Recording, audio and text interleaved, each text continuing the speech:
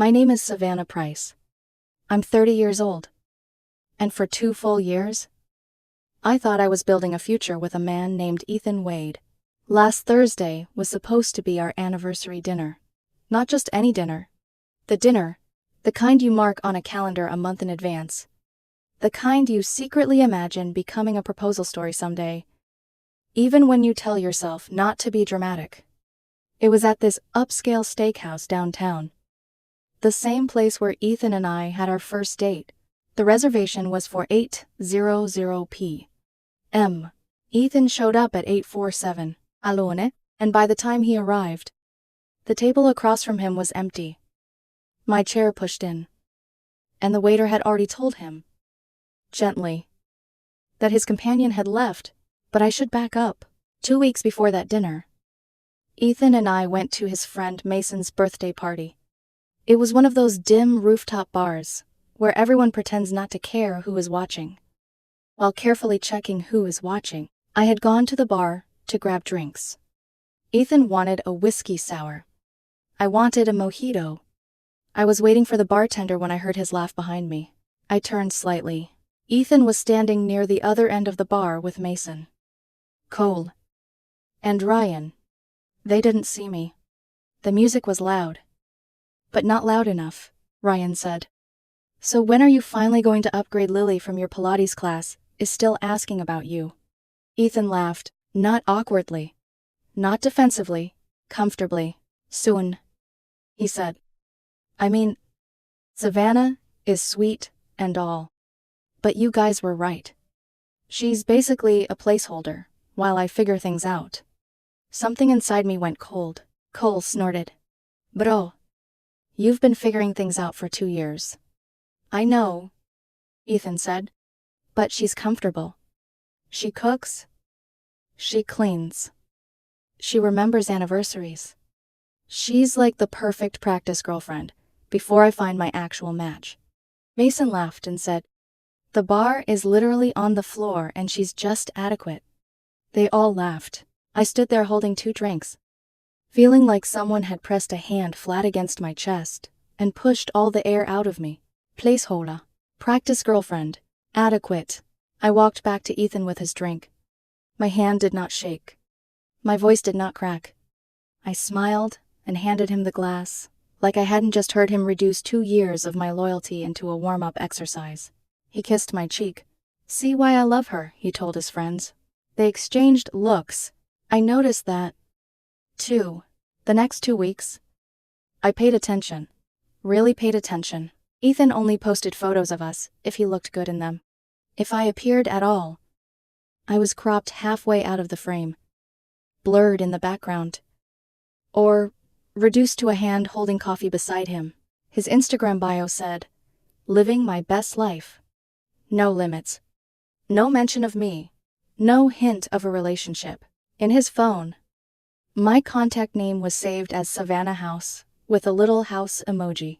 When I asked him about it months earlier, he said, because you're homie. It's cute. But his ex-girlfriend Kara was saved as Kara. Still, after 2 years, he postponed our plans anytime something better came along. Babe, you don't mind if we check dinner? Right. Mason got us into this private tasting thing. Or, can we do movie night tomorrow? Cole's friend has rooftop tickets. He always assumed I would understand, and the worst part was, I always did. The anniversary dinner was my idea. I made the reservation, a month ahead, at his favorite place. I told him I had something special planned. He seemed excited. On the day of the dinner, he texted me at 3:00 p.m. Work crisis. Might be a tiny bit late. Start without me if you need to. I arrived at 7:45. I wore the black dress he once said made me look like trouble.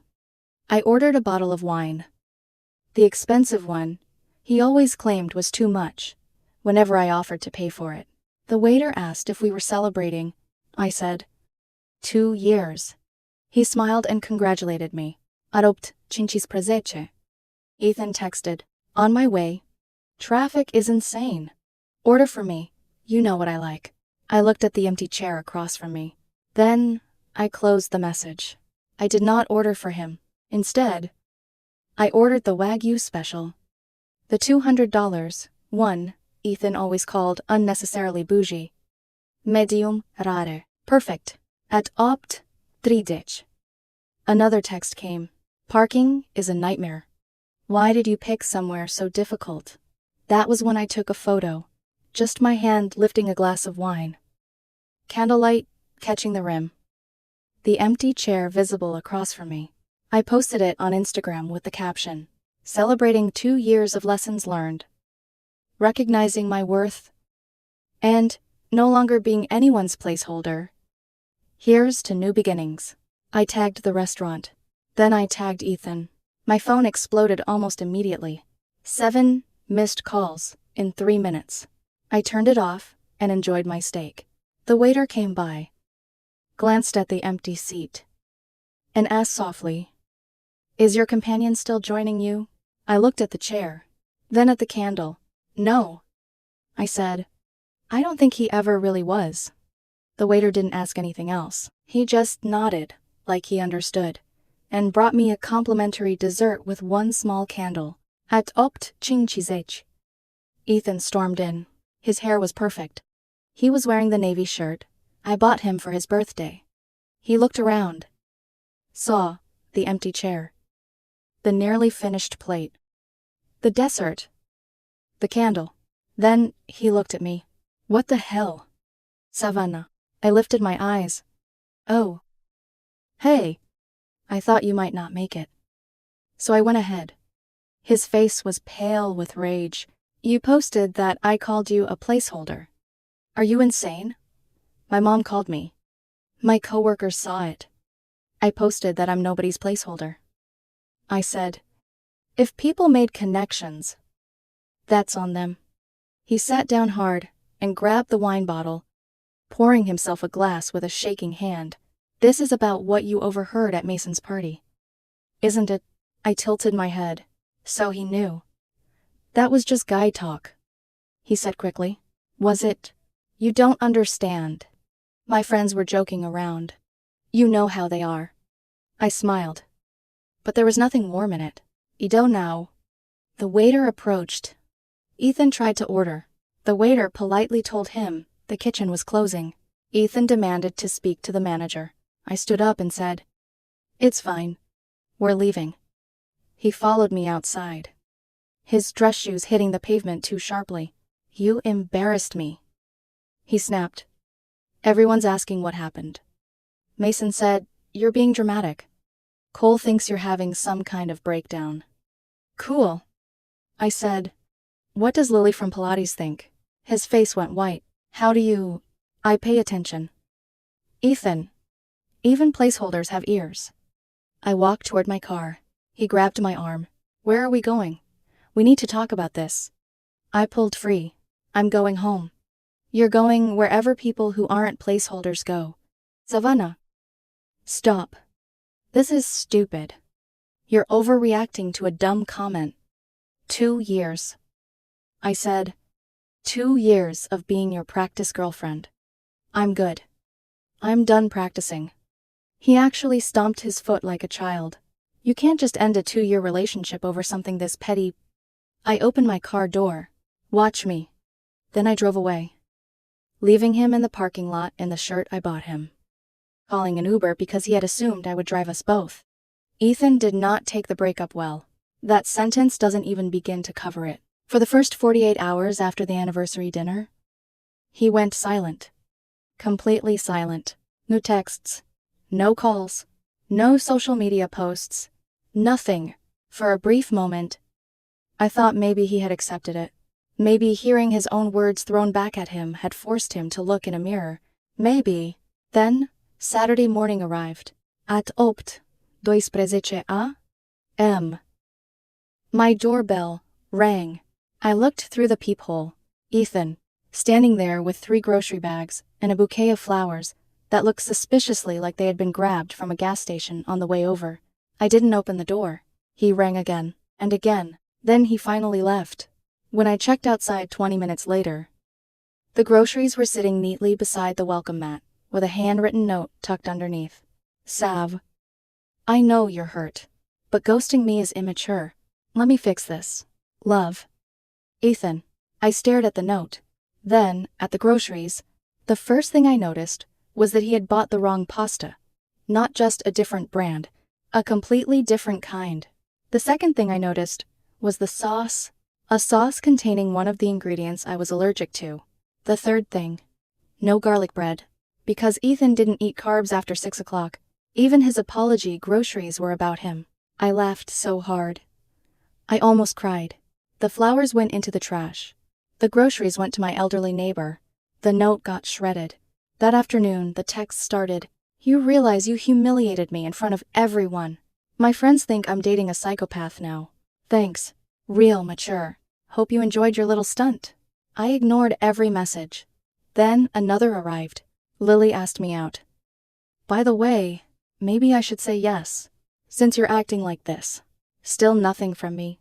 Silence seemed to upset him far more than any argument could. A few days later, I did something practical. Say. Ethan used all my subscriptions. Netflix, Spotify, Disney+, Hulu, every streaming service imaginable. His justification was always the same. Why pay twice? Of course. He never offered to split the bill. So I changed every password. Every single one. At 2, 3, a.m. My phone rang. I glanced at the screen. Ethan? I answered. What? You locked me out. He sounded genuinely offended. I'm in the middle of the season finale.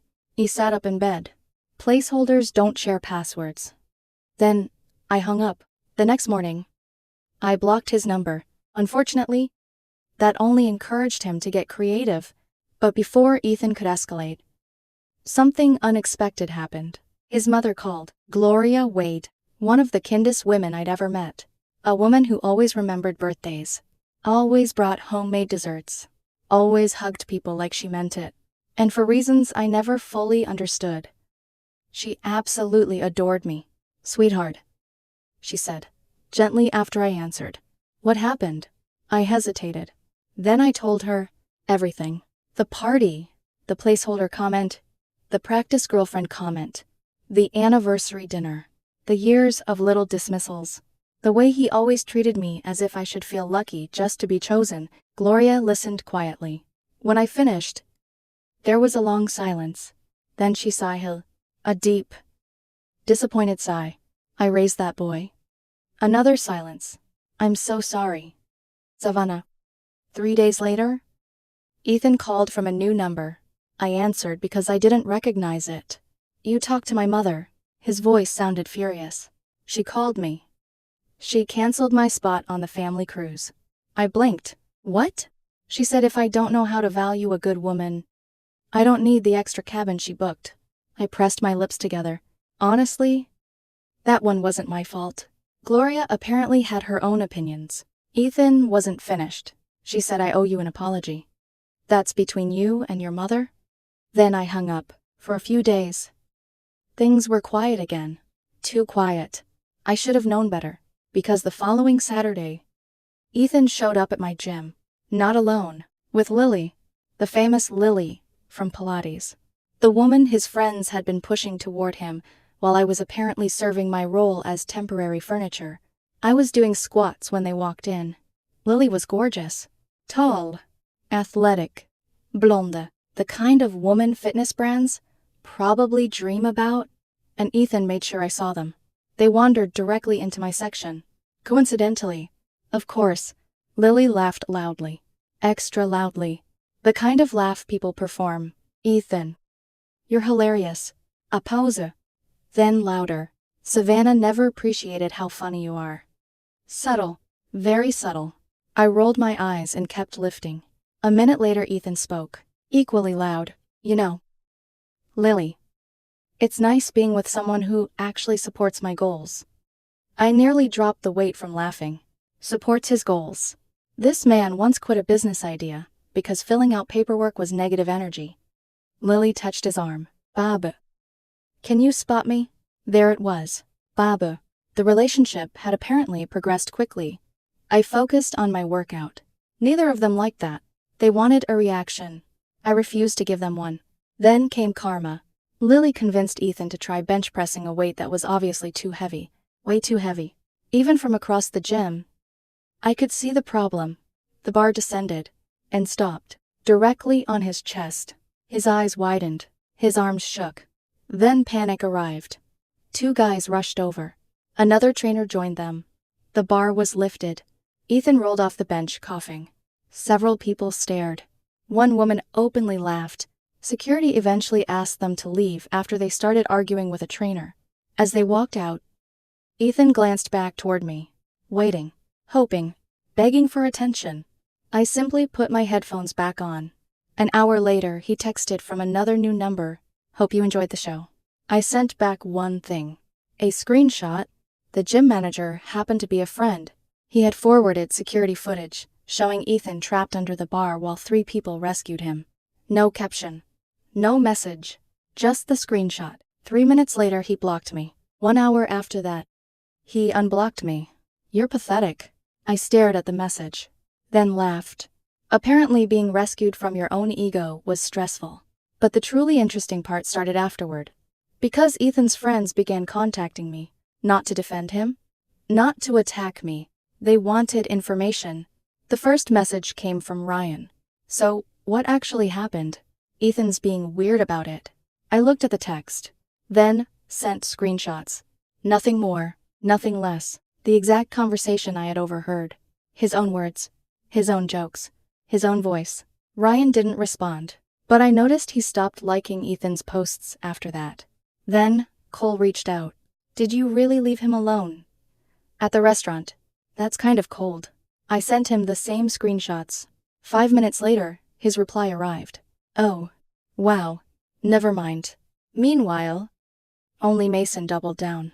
"You're obviously taking everything out of context. Ethan deserves someone who understands his humor." I replied, "You're absolutely right. I hope he finds them." That conversation ended quickly. Meanwhile, I kept living my life. I tried new restaurants, went hiking, spent more time with friends, read books, worked, slept, breathed. Existing without Ethan felt strangely peaceful, like removing a pebble from your shoe after convincing yourself the pain was normal. That was apparently unacceptable to him, because soon he started appearing everywhere. My Saturday coffee shop, my Sunday bookstore, my favorite park, always with Lily, always smiling, always loud, always watching to see if I noticed. One Sunday afternoon, I was reading quietly in the bookstore cafe when they entered.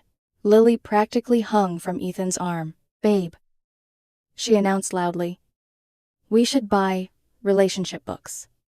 We're so healthy we could teach classes." I slowly looked up, then down at my book. The title made me laugh. How to Buy the Perfect Gift. I was shopping for my sister's birthday. The irony nearly killed me. I made eye contact with Ethan, gave him a polite smile, and returned to reading. Out of the corner of my eye, I watched Lily carry 7 different relationship books to the register. Ethan looked exhausted. The smile on his face seemed glued there.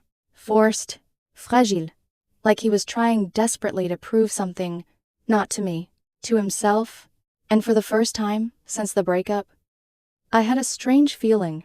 A feeling that this wasn't about winning me back anymore. It was about something much uglier. Because every performance was getting bigger, every stunt was becoming more desperate. Every appearance felt less like confidence and more like panic. And deep down, I suspected Ethan was beginning to realize something terrifying.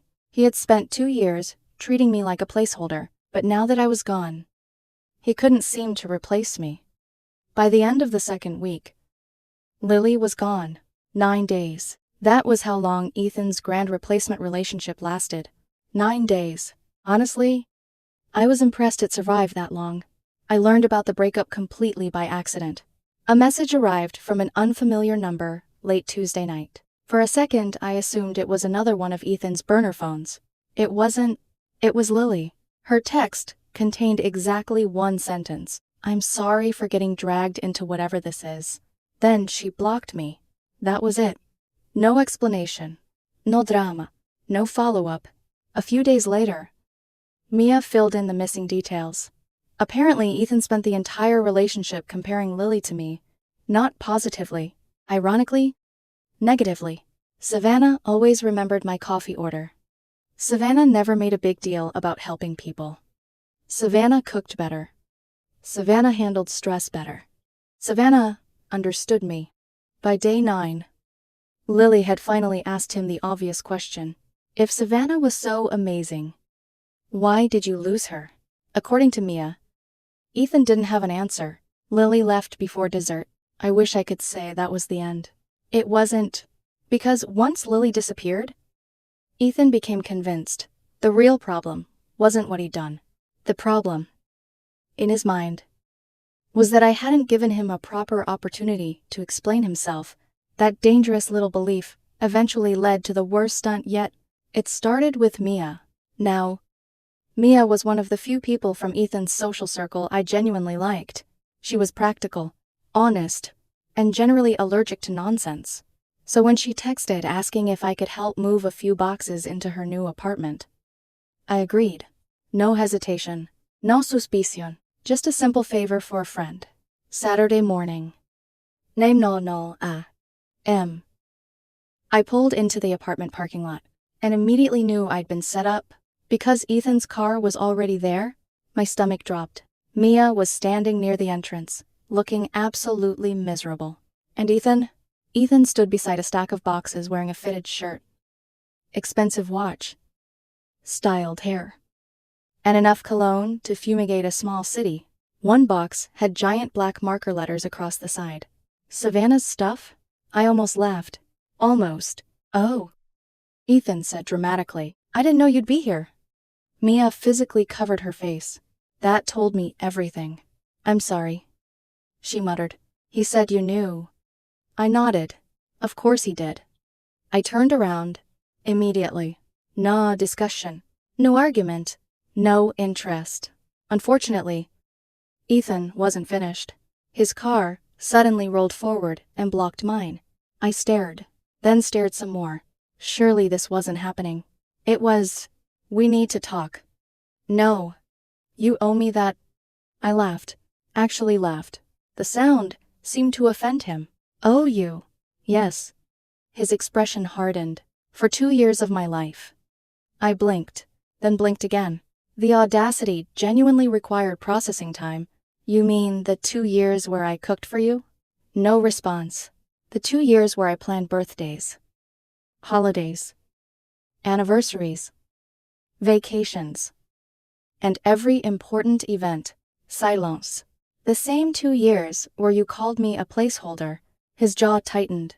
That's not what I meant. It literally is. You know what I mean. No. Ethan. I really don't. His face reddened. Do you know how many women I turned down for you? There it was. The sentence. The one that perfectly summarized who he was. Like I should feel honored. Like loyalty was a gift he deserved applause for. I folded my arms. Was I supposed to be grateful? His eyes widened. You don't understand. No. I smiled coldly. You don't understand. For the first time, I saw something crack behind his confidence. Fear. Not fear of losing me. Fear of losing control. Fear that I wasn't participating in the script anymore. Then he grabbed one of the boxes and hurled it toward my car. The cardboard burst open. Items scattered everywhere. An old hoodie. A charger. A nearly empty bottle of perfume. Random junk. Nothing important. Nothing meaningful. Just enough clutter to manufacture an excuse. You left things at my apartment. I left a phone charger. You still left things. The logic was breathtaking. Then Ethan said something that genuinely stunned me. I'm considering legal action. I stared. What? My therapist thinks what you did was emotional abuse. There was a long pause. Then Mia whispered behind me. Oh my God. I slowly turned. Your therapist? Ethan nodded confidently. Yes. Who? He hesitated. That hesitation told me everything. Kelsey. I closed my eyes. Of course, Kelsey. The same friend who had defended him from the beginning. The same woman who reposted inspirational psychology quotes on social media every 6 hours. The same woman who once claimed Mercury retrograde caused tax problems. Kelsey isn't a therapist. She studied psychology. On Instagram. That did it? Ethan exploded. He screamed. Not raised. His voice screamed. Actually screamed. The kind of scream that makes neighbors peek through curtains. Apartment doors opened. People emerged. Someone pulled out a phone and started recording. Mia grabbed my arm. Please leave. For once. She sounded desperate, so I left. As I drove away, Ethan was standing in the parking lot shouting at people who weren't listening, kicking one of his own boxes, looking less like a victim and more like a man losing an argument with reality. I thought that would embarrass him enough to stop. I underestimated him. The following week, he escalated. First, he called my workplace. Apparently, he claimed I possessed thousands of dollars worth of property belonging to him. My manager called me into his office, confused, concerned, and trying very hard not to laugh. Do you have his property? No. Anything at all? A phone charger. My manager nodded. Then I showed him screenshots. The placeholder comments. The anniversary messages. The harassment. The blocked numbers. Everything. When he finished reading, he leaned back in his chair. So, I waited. He's upset because you won't let him treat you like a doormat anymore. That's the short version. He smiled. Good for you. Case closed. A few days later, Ethan contacted my apartment complex. Claimed I was harassing him. Management asked for evidence. His evidence, according to them, he said, my aggressive refusal to communicate was emotionally damaging. The leasing office representative apparently paused for several seconds before hanging up. Then came the masterpiece. The absolute masterpiece. TikTok. Of course it was TikTok. Ethan uploaded a dramatic video. Soft music. Sad expression. Carefully selected lighting. The caption read, Day 12 of trying to get my ex to communicate like an adult. She left me at a restaurant because of a joke. Now she refuses to let me explain. Why is emotional abuse normalized when men experience it? The video exploded. 50,000 views in less than a day. Unfortunately for Ethan, so did the comments. Girl. Wait. Didn't you call her a placeholder? So you're mad. She believed you. This isn't giving victim. This is giving consequences. Free Savannah. My personal favorite. Placeholder was apparently your final answer. The internet was ruthless. 6 hours later, the video vanished. Deleted. But not before 3 coworkers and 2 strangers sent it to me. I saved a copy. For historical purposes. Naturally. Then came Friday. And Friday brought something so ridiculous. I actually checked twice to make sure it wasn't satire. A Venmo request. From Ethan. Amount, $847. Description. Half of anniversary dinner. Therapy sessions. Uber rides. Emotional labor. I stared at my phone. Then, declined it. With a note. Placeholders don't pay therapy bills. 10 minutes later, another request arrived. I declined again. Neither do former placeholders. He sent 3 more, then 2 more, finally. I sent him exactly $3. Whoosher, for gas, to drive to the anniversary dinner, keep the change. That response broke him. He called from 3 different numbers. Left multiple voicemails, some crying, some yelling, some accusing me of financial abuse. One claimed I had ruined his ability to trust women. Another insisted Lily was twice the partner I would ever be, which was interesting considering Lily had already escaped. I didn't respond. Instead, I forwarded the voicemails to Gloria. Not to be petty. At least not entirely. Mostly because she had specifically asked me to tell her if Ethan's behavior got worse. An hour later, Gloria called. Her voice sounded exhausted. I'm changing the locks. I blinked. What? He's 28 years old. She sighed. And acting like he's 12. There was silence. Then she added quietly, I'm sorry. Savannah. I looked out the window. For the first time in weeks, I felt something unexpected. Not satisfaction. Not revenge. Relief. Because the people around Ethan were finally seeing the version of him I had been making excuses for. And once people start seeing the truth, it's very difficult to make them unsee it. A month passed. Then another week. And for the first time since the anniversary dinner, I genuinely believed the drama was over. I was wrong. Life. However, it was getting better. Much better. Without Ethan constantly occupying space in my head, I started noticing how much of myself I had been shrinking to fit inside his world. I enrolled in a cooking class. Ironically, after spending 2 years making Ethan's favorite meals, I realized there were entire cuisines I'd never bothered learning because he didn't like them. I learned Thai dishes, Italian desserts, French sauces. Food I loved, not food designed to earn someone's approval. I joined a hiking group, applied for a promotion I'd postponed for nearly a year because Ethan always claimed I worked too much. 3 weeks later, I got it. More responsibility, better pay, a future that suddenly looked bigger than the one I'd imagined before. One afternoon, I ran into Mia at a coffee shop. She looked exhausted, the kind of exhausted that sleep couldn't fix. We ordered drinks and sat near the window. After a few minutes, she sighed. Ethan's been sleeping on couches. I nearly choked on my coffee. What? After Gloria changed the locks, he bounced between friends. I stared. Mia rubbed her temples. Nobody can handle him for very long. I wasn't surprised. She leaned forward. Can I be honest? Always. The friend group is over it. I said nothing. Ethan spends every gathering talking about you. That caught my attention. What? He stalks your Instagram. I blinked. What? Mia nodded. He analyzes every photo. I laughed. Actually laughed. You're joking. I wish. Apparently, Ethan had become convinced I was secretly dating someone. According to Mia, he spent an entire evening zooming into a hiking photo, trying to identify a reflection visible in my sunglasses. He thought it was your new boyfriend. I covered my face. Oh no. It was actually Roberto. I started laughing harder. Roberto was 65, retired, and led our hiking group. Mia laughed. Too. Yeah. We told him. And he didn't believe us. That was Ethan in a nutshell. Reality had become optional. But there was one thing Mia didn't know. I actually was seeing someone. His name was Julian Mercer.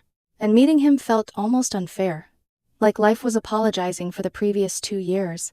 I met him during a cooking class. The first thing he ever did was apologize for arriving 10 minutes late because one of his pediatric patients needed emergency attention. 10 minutes. He apologized for 10 minutes. I spent 2 years dating a man who regularly arrived 45 minutes late and expected gratitude. Julian was thoughtful, kind, funny without trying, confident without needing attention.